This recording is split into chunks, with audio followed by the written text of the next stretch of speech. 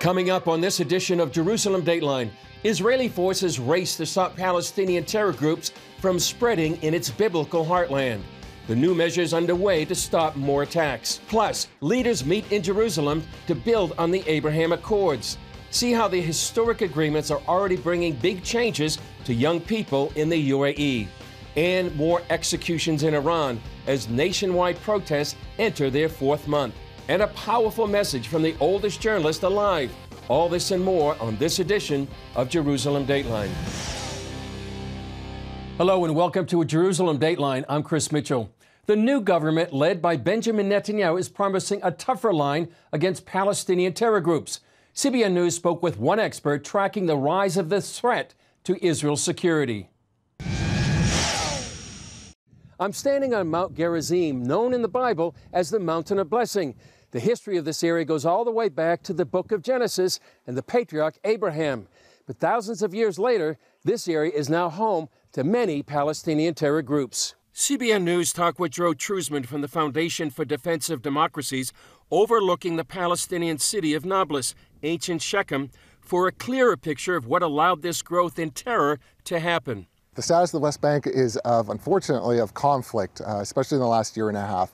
Militant organizations such as Palestinian Islamic Jihad, Hamas, and Al-Aqsa Martyrs Brigades have established themselves in the northern West Bank and have been launching attacks against Israeli citizens, Israeli troops, and Israeli settlements. Truzman explains how a weakened Palestinian Authority helped open the door for these groups to flourish. What's going on is that the Palestinian Authority has lost its influence over the years in areas such as the northern West Bank. And what's happened is that these Palestinian militant organizations have filled in the vacuum that's been left by the PA. And what's happening is that they've been expanding, and by expanding, they've been able to launch these attacks against Israeli targets. Iran is also filling this vacuum with its own agenda. Their goal is to destabilize the West Bank. It's in their interest to do that. And they are undermining the Palestinian Authority. What they're also doing is supporting these groups such as Palestinian Islamic Jihad, for example, or Al-Aqsa Martyrs Brigades. And what's happening again is we're seeing this huge increase in violence over the last year and a half.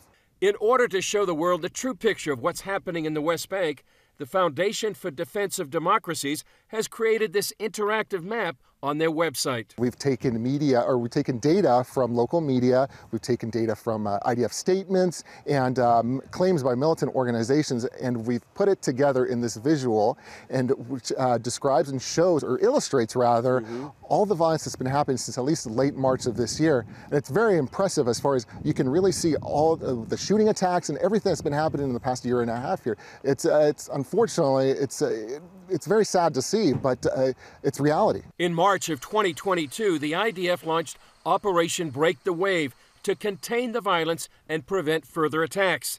Last year, the IDF arrested about 2,500 Palestinian suspects and says it stopped 500 potential terror attacks. Even with that effort, Truzman points to the Palestinian Authority as needing to fill the vacuum and suppress these terror organizations.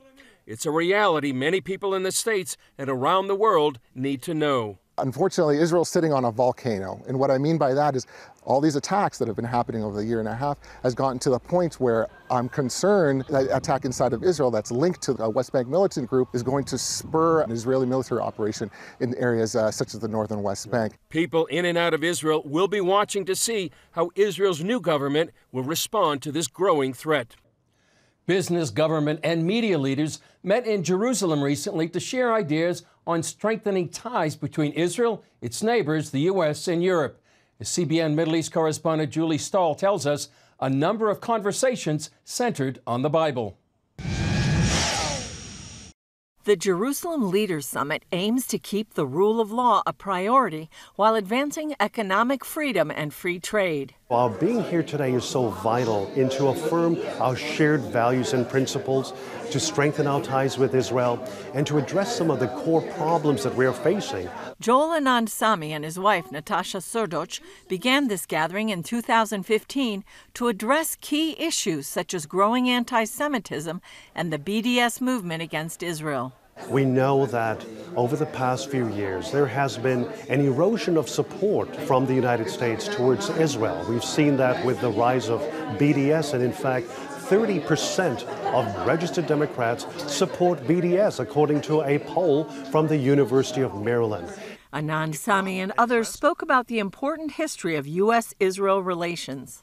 President Lincoln then said, "Restoring the Jews to their national home is a noble dream and one shared by many Americans."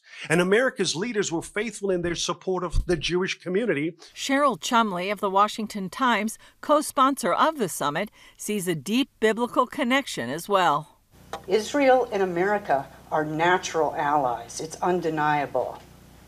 The very foundations of America's liberties are rooted in Jewish history. Chumley says even if support for Israel seems to be less right now, there's hope. The good news. In America, as you are aware, the politics always change. My foreign policy starts with eyes on Israel because of my Christian belief, where God says, "Those who bless my people, I will bless. Those who curse my people, I will curse." America was the first nation to officially recognize the Jewish state independence nearly 75 years ago.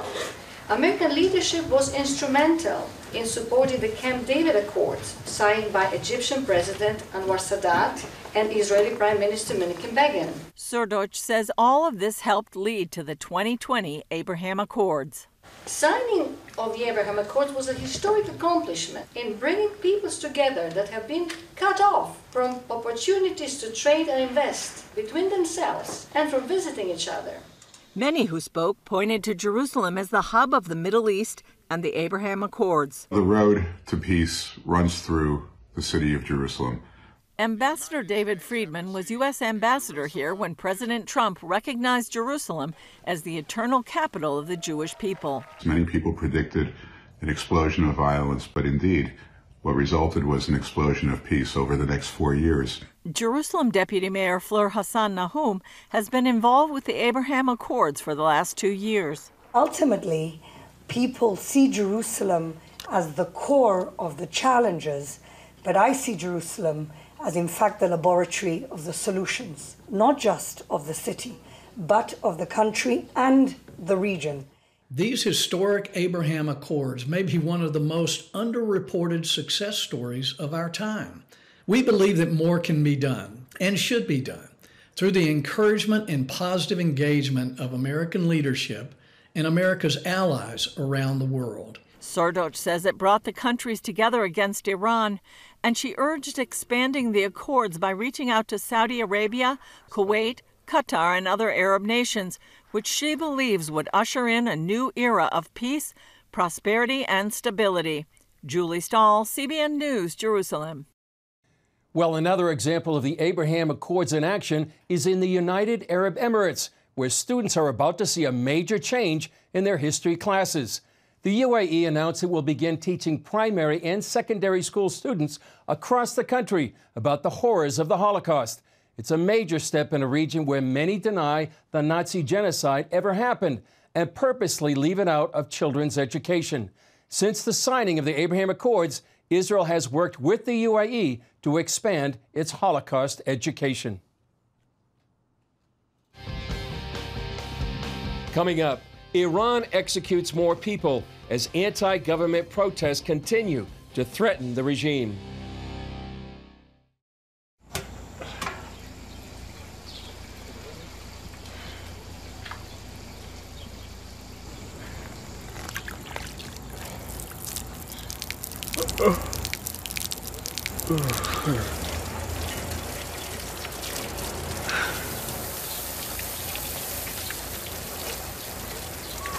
Life is better with a good night's sleep. Get your free DVD or booklet of Protect Your Sleep as the world watches from the outside. It's a big diplomatic tug of war here in the Middle East. Go inside the story with Jerusalem Dateline. Israeli archaeologists are talking about a discovery that could change the thinking about the Temple Mount. Join CBN Jerusalem Bureau Chief Chris Mitchell and get the biblical perspective on the events shaping the world. What starts in Israel then ends up going to other places. Watch Jerusalem Dateline Friday night at 8:30 on the CBN News Channel.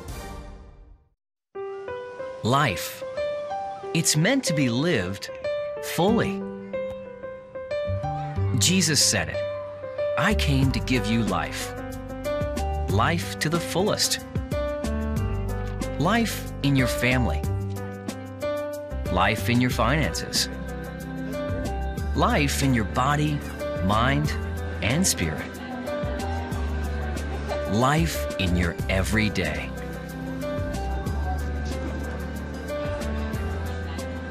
At CBN.com, we're taking what Jesus said seriously. We're here to help you discover life. Life. Live it fully. CBN.com.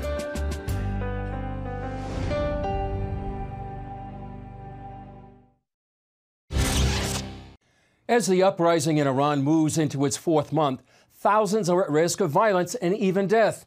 Authorities are intensifying their crackdown with executions and more bloodshed. Myra Yazdari has the story.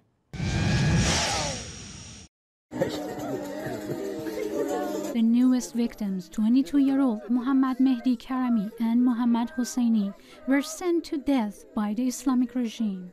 Iran's Supreme Leader Ali Khamenei called for authorities to address ongoing nationwide protests in a stern and fair manner.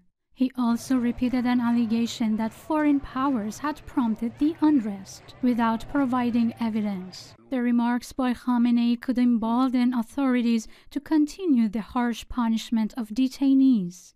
At least 4 young men have been executed since the demonstration began, following internationally criticized rapid show trials. Germany's foreign minister accusing the regime of suppressing its people, warning that Iranian oppression and terrorizing of the population will have consequences. Meanwhile, Israel's prime minister during a cabinet meeting highlighting the regime's ongoing brutality. We salute the Iranian citizens fighting heroically for their freedom. They are sacrificing their lives for basic civil rights. They are exposing for the whole world the true and ugly face of the oppressive regime in Tehran, a regime that threatens its citizens, the countries of the region, and the entire world. Iran's Crown Prince Reza Pahlavi urges Western countries to take a firmer stand against Tehran, writing democratic countries should expel regime's ambassadors and recall their ambassadors. They should follow the parallel path of maximum pressure on the regime and maximum support for the Iranian people. The UK, the United States, France, and Germany must officially stop trying to revive Iran nuclear deal. Here in the U.S., former State Department spokesperson Morgan Ortega's warning the situation could get even worse, remembering the regime in the 1980s murdered thousands of opponents and buried them in nameless mass graves. Ortega is urging, among other things, that countries worldwide should recall their ambassadors from Iran and offer to return to the Iran deal, return all UN sanctions, and ban Iranian officials from foreign travel. Meanwhile, the protests continue, with Iranians holding massive rallies worldwide in support of the ongoing uprising inside the country. It began in September following the death of 16-year-old Mahsa Amini while she was in police custody for not wearing her headscarf properly. Myra Yazdari, CBN News. Up next, he's the world's oldest journalist and a witness to some of the most important events in recent history. His incredible story and message for the world when we come back. Hey, if you're tired and exhausted all day, you can't think clearly, and you really just need a cup or even a pot of coffee to get through your day, then join me, Dr. Josh Axe, for this new series where I'm going to teach you how to transform your diet and use essential oils and supplements to get a better night's sleep. Wake up to your best life. Call 1-800-700-7000 to get your free DVD or booklet of Protect Your Sleep today. It's about the competition. I kind of put that pressure on myself, and I think people had expectations. It's about overcoming. We use this phrase all the time, keep chopping, keep practicing hard. It's about going the distance. You know, I think as a father, it's my job, to lead. Just be the best husband and father I can be. Watch Going the Distance with Sean Brown Saturday night at 7:30 on the CBN News Channel. Orphans Promise is committed to loving and serving at-risk children, to helping keep families together, and to creating opportunities for strong and sustainable communities around the world. We're working in over 60 countries around the world, and with your help, we can do even more. There's an old African proverb I love that says, if you want to run fast, run alone. But if you want to run far, run together. At Orphans Promise, we want to run far so we can touch the lives of as many orphaned and vulnerable children as possible. But we don't want to go alone. We're out to change the world, one child, one family, one community at a time. Will you join us?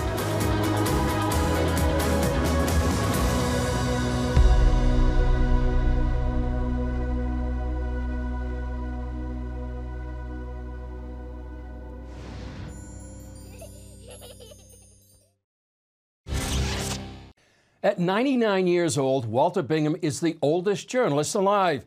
This German-born Israeli was just 9 years old when Hitler came to power in Germany. Even as a child, he witnessed the changes firsthand as his country slid into the abyss of the Nazis' hatred of the Jews. He shared his life story with me and a sober warning about anti-Semitism today. Israel National Radio senior broadcaster Walter Bingham. Hello and welcome. Walter Bingham is a marvel. From Holocaust survivor to World War II hero to a journalist for 50 years, Bingham has experienced a lot. Guinness World Records has deemed Walter both the oldest radio talk show host living and the oldest journalist, an honor also recognized by Israel's government press office. You are the oldest active news correspondent in the world. Life, however, hasn't always been about honors for Bingham. In his Jerusalem apartment, he keeps reminders of the dark days of his youth. Born in 1924, Bingham was 15 years old when Adolf Hitler started what became known as the Holocaust. On his bookshelf, he keeps a copy of the Nazi leader's infamous autobiography, Mein Kampf, written in the year of Bingham's birth. In it, Hitler details his final solution to exterminate the Jews. This copy came from a Nazi office after the war. Your life has spanned so many events in history. One of them is the Holocaust. But what happened to you in the early 1930s? You were witness to the infamous book burnings. Yes, we used to go to the park as boys and play there. And one day they had the book burning, and we saw it, and people were throwing books on the fire, German culture onto the fire. And you were also there at Kristallnacht. Yeah, Kristallnacht was in 1938. One day I saw that things were a bit of a commotion in the streets, and then I got nearer and I actually saw that synagogue in a town called Mannheim burning, and the fire service was there, but not to douse the flames of the synagogue, but to cool down neighboring property, German property that it shouldn't burn. Kristallnacht marked the beginning of Hitler's final solution, and those who lived through it are Holocaust survivors. Within months, Bingham's mother put him on the so-called Kindertransport, a rescue effort by the British to evacuate some 10,000 Jewish children by train to Great Britain. It was 5 minutes before war. Everybody knew the war would break out, and the parents took the children to the train. 5 years later, Bingham joined the British Army. It wasn't my country, but my motivation and that of other Jewish refugee soldiers was much greater, because we didn't fight for, we fought against the Nazis. My motivation was find the family, get rid of the Nazi regime. 2 days after D-Day, Bingham landed on the beaches of Normandy and then drove an ambulance on the battlefields of Europe, eventually receiving a medal for bravery and commendation from the King. I never killed anybody. I only saved lives. As the war ended, Bingham was transferred to counterintelligence in Hamburg, Germany. There he interviewed Nazis arrested by the British, among them Joachim von Ribbentrop, the Nazi foreign minister. And they brought him into my office, and I said, Herr Ribbentrop, what can you tell me about the final solution? And he looked me in the face and he said, I didn't know anything about that. That was the Führer. And I said, so now I take it that you heard about that. How did you find out? And he turned to me and he said, I read it in the newspaper. After the war, Bingham was one of the few Kindertransport children reunited with at least one parent, his mother. My mother went through the camps and came out alive, and I was reunited with her. That was, of course, the most emotional moment of my life. The second most emotional moment in my life was when I came here with my plane. I was on my way to Eilat, and I asked the controller if it's okay to do some orbits above Jerusalem. And there I was, above the city, seeing everything. All my life, as a religious Jew, in every prayer, Jerusalem. And here I was, sitting over Jerusalem, crying like a baby, tears streaming down my cheeks, and having to fly this plane. Bingham says the best thing he ever did in his life was to get married and have a family. And the second best was to move to Israel. In 2004, at the height of the Second Intifada, 80-year-old Bingham immigrated to Israel and continued working as a journalist. Before COVID, Bingham would share his experiences with groups of students and others. He would bring a small suitcase packed with remnants of that Nazi era. This is the sign of the Hitler Youth. Now that is there that you can really stick it in. Mm-hmm. And this is Blut und Ehre, blood and honor. And that's what the 14-year-olds and 13-year-olds carried. So are you concerned that what's happening in the world today is what was happening? Oh, I've no doubt. We're living in equal period of the 1930s, except there will be no final solution because we have the State of Israel. But everything leading up to it, and all the atrocities, and all the attacks, and all the things that you read about, all that is a copy of the 1930s. And our local friends here are copying what the Nazis did. What's the lesson that people need to take away? Never again. Just 2 words. Never again. Unfortunately, people don't learn. For the past few years, CBN News has had the privilege of getting to know Walter as fellow journalists reporting here from Jerusalem. We also attended his open house and took Bingham out to lunch to celebrate his 99th birthday and his remarkable life. Happy birthday, Walter. Still ahead, a major archaeological discovery from straight out of the pages of the Bible is found in Israel. Thank you for watching Jerusalem Dateline. We're committed to providing you with unbiased reporting from the Holy Land. Through weekly broadcasts, podcasts, and online media, our vision is to reach millions around the globe with the true story of what's happening in Israel and the Middle East, all from a biblical and prophetic perspective. This is a big vision and is only made possible by the generous support of people like you. Call us toll-free at 1-800-700-7000 or go to cbn.com/Jerusalem Dateline and make a donation that will help spread the light of truth about Israel throughout the world. Are you suffering from feeling tired or worn out during the day? Can you not turn off your brain at night? You are not alone. Hi, I'm Dr. Michael Bruce, the sleep doctor, and I've partnered with the Christian Broadcasting Network, and we're going to bring you some unbelievable information that you can use tonight to get a better night's rest. Wake up to your best life. Call 1-800-700-7000 or go to cbn.com to get your free copy of Protect Your Sleep today. Nutrition, exercise, essential oils, weight loss, and more. It's Healthy Living with Lori Johnson. Talk about what's in this. Join CBN health reporter Lori Johnson to get the latest information from today's top health experts. This is fantastic. Find out what you need to know to live a healthier life. Watch Healthy Living Tuesday night at 8:30 on the CBN News Channel. Woohoo! Hi, Superbook fans. Here's something else you'll love. Whoa! It's the new Superbook Bible app. It's packed packed with games, activities, and Superbook episodes that you can watch for free. Oh no! There's trivia, a fun daily devotional, and answers to your Bible questions. Plus, an easy-to-understand Bible the whole family will enjoy. You can even create your own Superbook character. Ta-da! Whoa! No super balls, man. Sorry, pardon me. Sorry, excuse me. Ouch! Are you getting this? Earn super points to win daily prizes, too.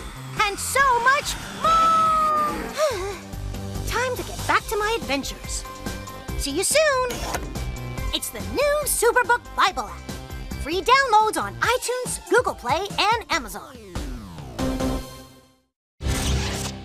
A major archaeological discovery in Israel raised the question of how to preserve the past without stopping progress towards the future.